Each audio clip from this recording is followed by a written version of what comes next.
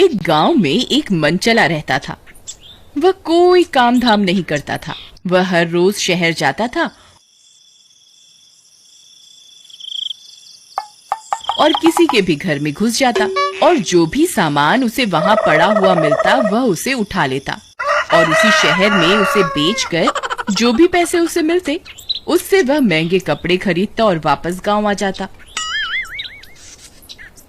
अरे यार हरिया, ये बंटी तो दिन ब दिन अमीर ही होता जा रहा है। क्या तुम्हें पता है ये शहर जाकर ऐसा क्या काम करता है? नहीं भाई, अगर मुझे पता होता तो मैं भी अमीर ना बन जाता। बात तो तुम सही कहते हो भाई। चलो इसी से पूछते हैं कि ये ऐसा कौन सा काम करता है। फिर वे दोनों बंटी के घर आ जाते हैं। भाई हमें भी बताओ कि तुम ऐसा क्या काम करते हो, हम भी 2-4 रुपए कमा लेंगे। नहीं नहीं भाई, मैं जो व्यापार करता हूँ उसे करने के लिए बहुत ज्यादा दिमाग की जरूरत होती है। वो तुम दोनों के बस की बात नहीं है। तुम रहने ही दो। चलो अब तुम दोनों यहाँ से जाओ, मेरा सोने का वक्त हो रहा है। फिर मोती और हरिया हैरान परेशान होकर वहाँ से चले जाते हैं। भाई ऐसा कौन सा काम है जो रात में होता है? फिर अगले दिन मुझे लगता है ये बंटी अपने व्यापार के बारे में खुद तो हमें कभी कुछ नहीं बताएगा, लेकिन हम भी पता करके ही रहेंगे। हम एक काम करते हैं, जब ये रात को निकलेगा तो हम इसका पीछा करेंगे, फिर हमें खुद ब खुद पता चल जाएगा कि ये ऐसा कौन सा व्यापार कर रहा है। ठीक है भाई मोती, तुम मुझे रात को बंटी के घर के बाहर मिलना। फिर वे दोनों अपने अपने घर की ओर चल देते हैं। अरे भगवान, अब हमारे गरीबी के दिन खत्म होने वाले हैं। मैं आज रात को एक नए व्यापार की तलाश में जा रहा हूँ। अगर मैं सफल हो गया तो हम भी बंटी की तरह अमीर बन जाएंगे। अजी, क्या आप सच कह रहे हैं? फिर तो मजा ही आ जाएगा। फिर मैं बहुत सारे गहने और कपड़े खरीदूंगी। कपड़े खरीदूंगी? गांव बसा नहीं, लुटेरे पहले आ गए। चलो जाओ अपने कमरे में, मुझे काम से जाना है। मोती रात होने पर बंटी के घर के पास पहुंच जाता है।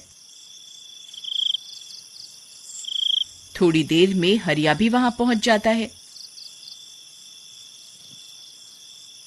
बस अब हमें यहीं इस बंटी का इंतजार करना है। ये जरूर व्यापार करने के लिए घर से निकलेगा। अरे भाई हरिया, इसने अपना मुंह क्यों ढका हुआ है? ये तो किसी चोर की तरह दिखाई दे रहा है। फिर बंटी शहर की ओर निकल पड़ता है। मोती और हरिया भी छुप छुप कर उसका पीछा करते हैं। थोड़ी देर में वे लोग शहर पहुंच जाते हैं। बंटी इधर उधर देखता है और झट से एक घर में घुस जाता है। अरे भाई, ये किसके घर में घुस गया?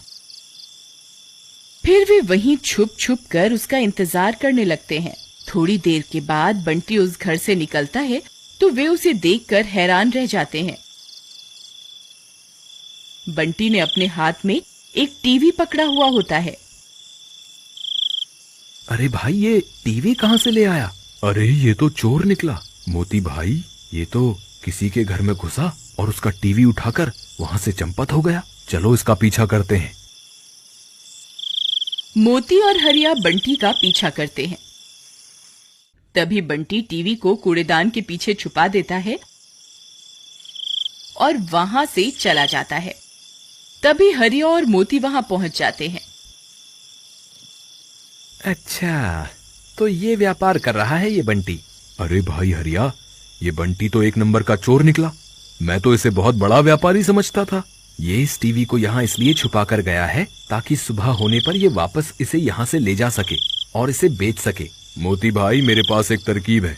क्यों ना इस टीवी को बंटी के वापस आने से पहले हम बेच दें? वाह रे हरिया, ये तो बहुत ही बढ़िया तरकीब है। चलो इसे यहाँ से ले चलते हैं। फिर वे दोनों उस टीवी को वहां से उठाकर चल देते हैं।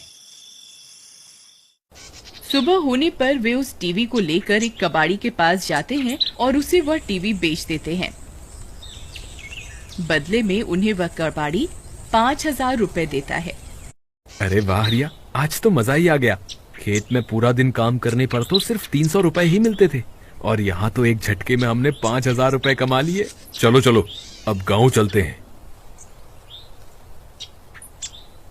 वहीं दूसरी तरफ बंटी टीवी को वहां न पाकर परेशान हो जाता है।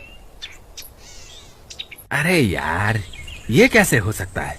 मैंने तो टीवी यहीं पर छुपाया था, फिर टीवी कहाँ चला गया? आज का तो दिन ही खराब है। लगता है मेरे व्यापार को मोती और हरिया की नजर लग गई है। फिर वह उदास होकर वापस अपने गांव में आ जाता है। वहीं दूसरी तरफ मोती की पत्नी की खुशियों का ठिकाना नहीं होता। अरे वाह वाह, मैं तो आपको निकम्मा समझती थी। आपने तो एक रात में ही कमाल कर दिया जी। आपका ये रात वाला व्यापार तो बहुत अच्छा निकला। आप रोज रात को यही व्यापार किया कीजिए। फिर मोती हरिया से मिलने जाता है। अरे भाई हरिया, कल तो मजा ही आ गया। मेरी पत्नी तो खुशी के मारे फूल ही नहीं समा रही। हम आज रात फिर से इस बंटी का पीछा करेंगे। रात होने पर बंटी फिर से शहर के लिए निकलता है। मोती और हरिया फिर से उसका पीछा करते हैं। बंटी फिर से उसी घर में घुसता है। अब की बार वह अपने मोती और हरिया भी उसका पीछा करते हैं। बंटी साइकिल को पार्क में बनी झाड़ियों के पीछे छुपा देता है और वहां से भाग जाता है। फिर मोती और हरिया वहां पहुंच जाते हैं। अरे बाबा, आज तो इस बंटी ने कमाल कर दिया। ये साइकिल कम से कम 10,000 रुपए में तो बिक ही जाएगी। वे दोनों उस साइकिल को वहां से उठाकर चल देते हैं। सुबह होने पर बंटी उसी पार्क में पहुंचता है। अरे मेरी साइकिल कहाँ गई? मुझे लगता है जरूर कोई ना कोई मेरा पीछा करता है, तभी मेरा सारा सामान गायब हो जाता है। वहीं दूसरी तरफ मोती और हरिया साइकिल कबाड़ी वाले को बेच देते हैं और बदले में पैसे पाकर खुशी से फूले नहीं समाते। अगले दिन रात होने पर अरे यार हरिया, आज तो ये बंटी चोर घर से निकल ही नहीं रहा। अब क्या करें? एक काम करते हैं, इसको छोड़ो, हम खुद ही चोरी करने चलते हैं। फिर वे दोनों खुद ही चोरी करने के लिए शहर निकल पड़ते हैं और उसी घर में घुस जाते हैं। अब की बार बंटी उनका पीछा करता है। तो ये बात है, ये दोनों ही मेरे चुराए हुए सामान पे अपना हाथ साफ कर रहे थे। फिर मोती और हरिया उस घर से एक बड़ा सा फ्रिज उठाकर ले आते हैं।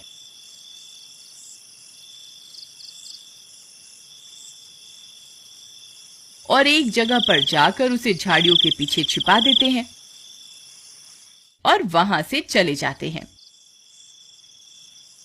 फिर बंटी वहां पहुंचता है और उस फ्रिज को वहां से गायब कर देता है। सुबह होने पर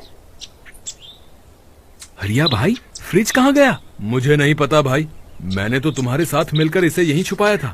तुम ज्यादा समझदार मत बनो हरिया। मुझे लगता है तुम अकेले ही सारा मुनाफा हड़पना चाहते हो। कहीं तुमने अकेले ही तो उस कबाड़ी से इस फ्रिज का सौदा नहीं कर लिया? नहीं नहीं भाई, यकीन ना हो तो चलो उस कबाड़ी के पास ही चलकर पूछ लें। फिर वे दोनों उस कबाड़ी के पास जाते हैं तो हैरान रह जाते हैं। बंटी पहले से ही उस कबाड़ी को फ्रिज बेच रहा होता है। क्यों भाई बंटी, यही है तुम्हारा व्यापार? तुम तो एक नंबर के चोर निकले। हमें तो बोलते थे शहर में व्यापार करने जा रहा हूँ, हमें सब पता चल गया है। वाह भाई मोती, तुम कौन से दूध के दूल्हे निकले? तुम भी तो मेरा चुराया हुआ सामान इसे बेच रहे थे। तुम तो मेरे से भी बड़े चोर निकले। तभी एक दरोगा उनकी सारी बातें सुन लेता है और तीनों को रंगे हाथों पकड़ लेता है। क्यों भाई चोरों, क्या हाल चाल? अरे मर गए रे, ये हम कहाँ फंस गए? दरोगा जी हमें माफ कर दो, हम तो अच्छे भले अपने खेत में खेती कर रहे थे। इस बंटी की वजह से हम लालच में पड़ गए। हाय, हमें माफ कर दो। फिर उन तीनों को उनके किए की सजा मिलती है और उन्हें हवालात की हवा खानी पड़ती है। मॉरल: बच्चों, हमें कभी भी लालच नहीं करना चाहिए।